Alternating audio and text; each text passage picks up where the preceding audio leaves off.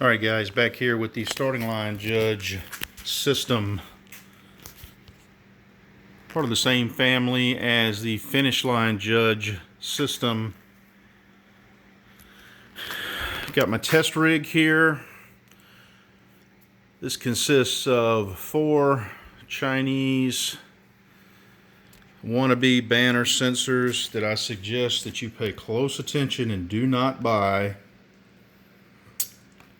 because they are on eBay for cheap, but no good. Do not get the real thing. We have the real thing in the other system. This is just a test system. Okay, so we've got our bench power supply here. We're going to run it on 12 volts. Starts up in alignment mode. Everything is aligned, of course, so no worries there. We're out of alignment mode now. As the first sensor is tripped, we get the yellow or amber bulb. As the second is tripped, we get the red. That's our guard beam, and it's indicating that we are too far forward stage. So as we pull back out of the guard beam, red bulb goes out.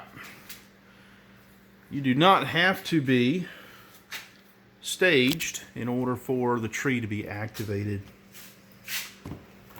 There are 2 different and independent activation methods. We have a wireless activation method.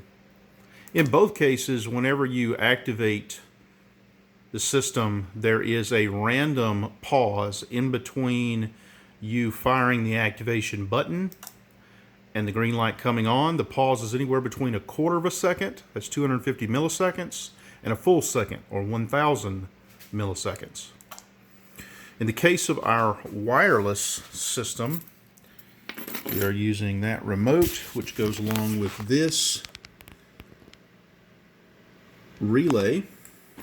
The way this relay works is whenever you turn it on, it activates the relay and holds it. Whenever you press off, it deactivates the relay. You can get multiple different brands and types of these relays, and you can search for them. If you don't want to use the particular link that I have linked, you can search for them. They are sometimes called winch activation relays. I mean, they use them for many different things, but that's one of the main things. So this particular board operates in many ways very similarly to the principles that we used on the finish line judge board, in that we have many of the same terminals. We've got our main power terminal here, ground and positive. The next one is our power indication LED terminals that run this green 12 volt LED. The next one says BAT. If we can get in there. Yeah, it says BAT. That's a battery low voltage indication. So if we turn this down, then we will see that that guy turns on. That guy right there. Right there. So we'll turn this back up because we like to see this at about 12 volts. The next thing that is labeled PGM is for different types of sensors. Some of them will be normally open, some of them will be normally closed. So you may or may not have to short those 2 pins. The next one is for the next 2 are for our activations, our activation methods. The 3 terminal is for a wireless activation method. 2 of those terminals, the ones that say positive and negative, of course, go to the relay to power the relay. And then there is an N terminal, which we can see is using a blue. And that means it gets activated with a 12 volt positive. So if you are using your own method, make sure that we are using a positive activation for that. And then the BTN is for a momentary push button much like this.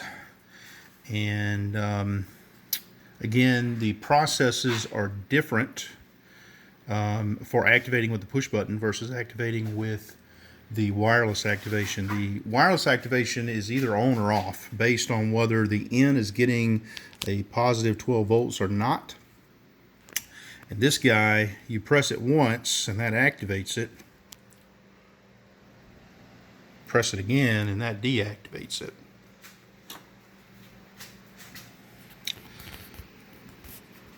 We've got, more terminals for LEDs and more terminals for our sensors.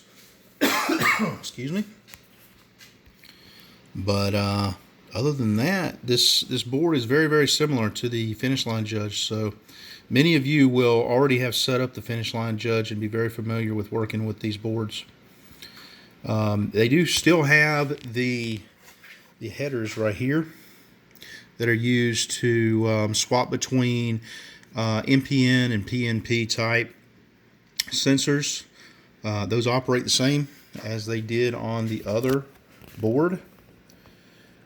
So again, we use many of the same principles. We have a row of LEDs here on board that indicate various things.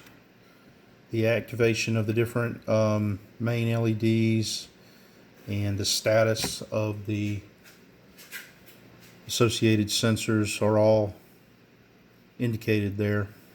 Those can be used for diagnostic purposes. If you're not seeing an LED come on your tree, you can verify that it should be coming on based on if those LEDs are lighting up, and of course you're getting 12 volts output from these terminals. But that's pretty much it, guys. If you have any questions, feel free to reach out. I'm always available on my cell, 251-583-3248. Have a great day.